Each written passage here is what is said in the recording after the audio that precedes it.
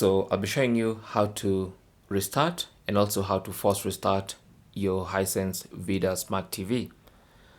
Now, it's very simple. To restart your TV, simply press the power button on the remote. So just press it and the TV will go into standby mode. And what you want to do next is unplug it from the wall socket. Give it a couple of seconds, like 30 seconds, and then plug it back in. It goes back into standby mode, and press the power button on your remote again to start the TV. So that's a soft restart. That's a normal way of restarting a TV.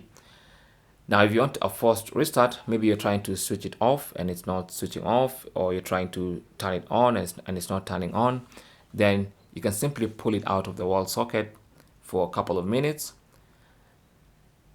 a couple of seconds actually, maybe about 30 seconds, and then plug it back into the wall socket and try to turn it on again. And that's basically a forced restart. Okay.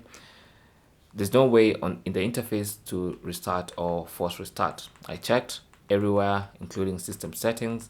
There's really no way on the interface of restarting your TV. Okay, except in the way I've shown you. Thanks for watching. Comments and questions down below, and good luck.